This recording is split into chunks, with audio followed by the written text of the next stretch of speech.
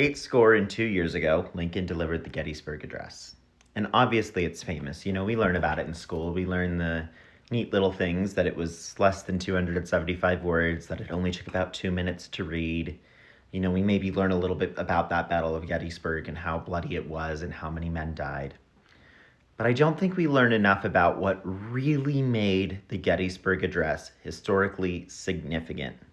See, the conversation about the Civil War through many of those early years was entirely based on the Constitution, right? You have the Southern people saying, we're the ones that are actually adhering to the Constitution. The Constitution doesn't abolish slavery. The Constitution, in the 10th Amendment, gives states all the rights that the federal government doesn't have.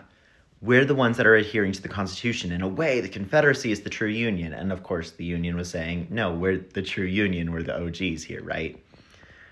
But what Lincoln did in the Gettysburg Address is he flipped that around and he said, this isn't about the Constitution.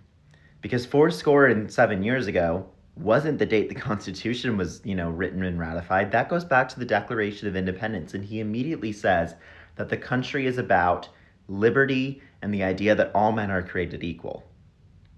He says that this war is not about the Constitution, a document about how we govern. It's not a debate of government. It's a debate of values, of who we are as a people. And the Declaration of Independence is so much more central to who America is as a people than the Constitution is. The Constitution's just a governing document. And that's why the Gettysburg Address is so significant. The fact that it totally changes the argument that this isn't a war about government, it's a war about who we are and whether these values that America was founded upon, because the Declaration of Independence is what founded America, not the Constitution, right? He's saying, do these values still uphold? So, of course, the Civil War, it's about fighting slavery. He uses the address to kind of, subtly say, we're going to try to get rid of slavery. That's the goal of this, right?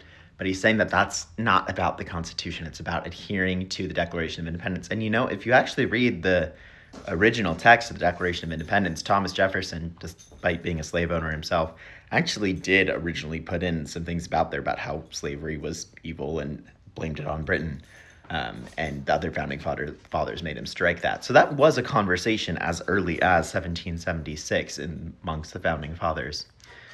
But as we're reflecting on the Gettysburg Address and we're having this debate of constitutionality versus the Declaration of Independence, that's honestly still a debate we're having here today.